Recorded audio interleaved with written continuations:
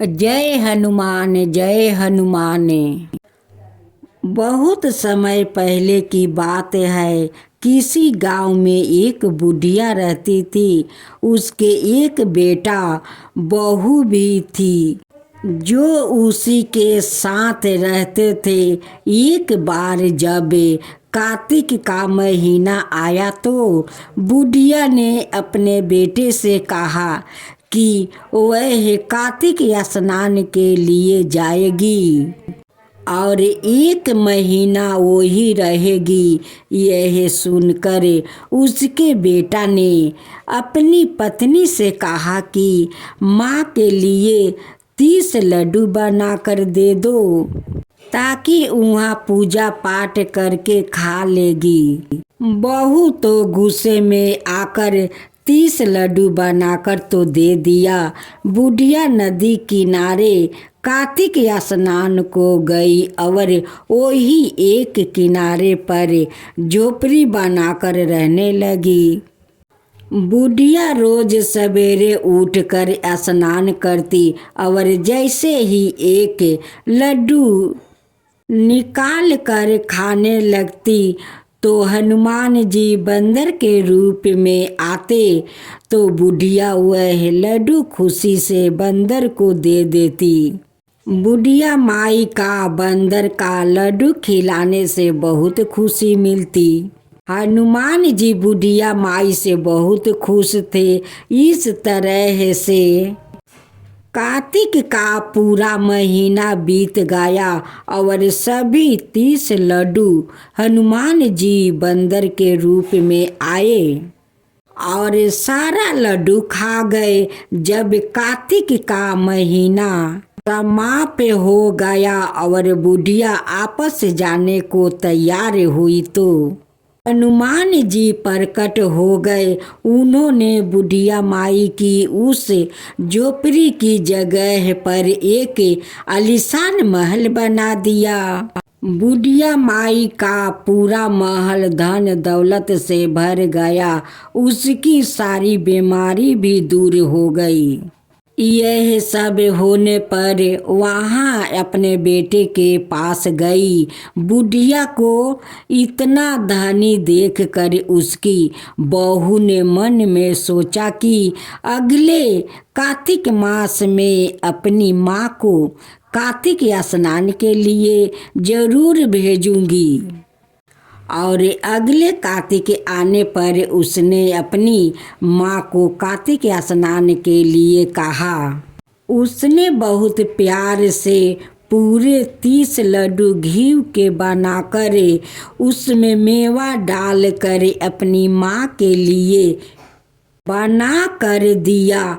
माँ कार्तिक स्नान के लिए गई और जैसे ही सुबह सवेरे नहाकर लड्डू खाने बैठ जाती तो हनुमान जी बंदर का रूप धारण कर उसके सामने बैठ जाते तो पत्थर मारकर उन्हें भगा देती और कहती कि इसमें मेरा पेट ही नहीं भरेगा तो तुम्हें कैसे दे दूं। उसका रोज का यही कर्म 30 दिन तक चलता रहा।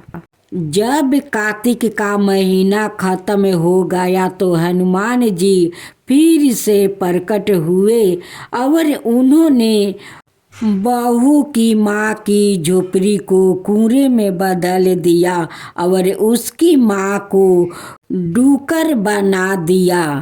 इधर कार्तिक का महीना समाप्त होने पर बुढ़िया की बहू ने अपने पति से कहा कि कार्तिक का महीना समाप्त हो गया।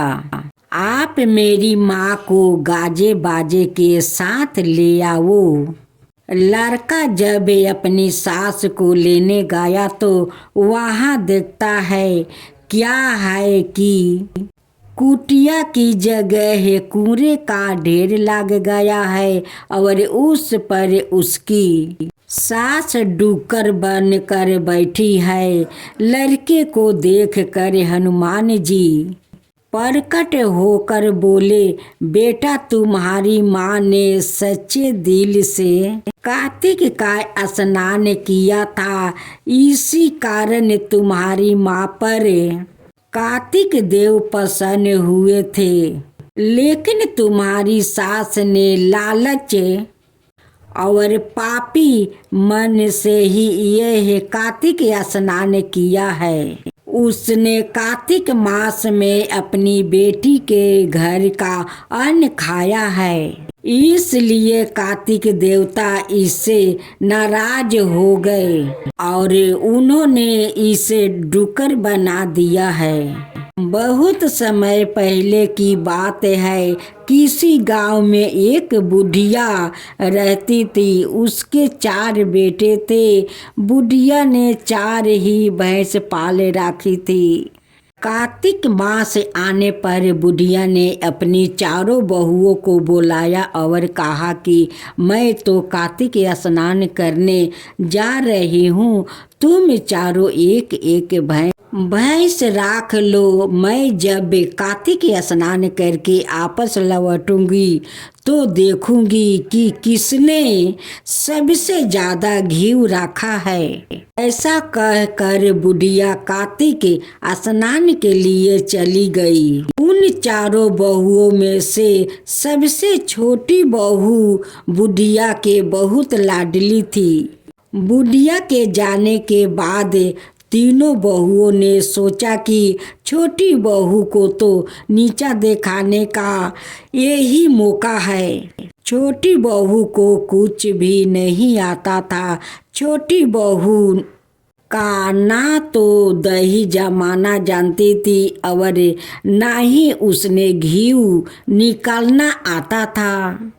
तीनों बड़ी बहुओं ने जानबूझकर उसे कुछ भी नहीं बताती, जिससे कि उसे अपनी सास से डांट खानी पड़े।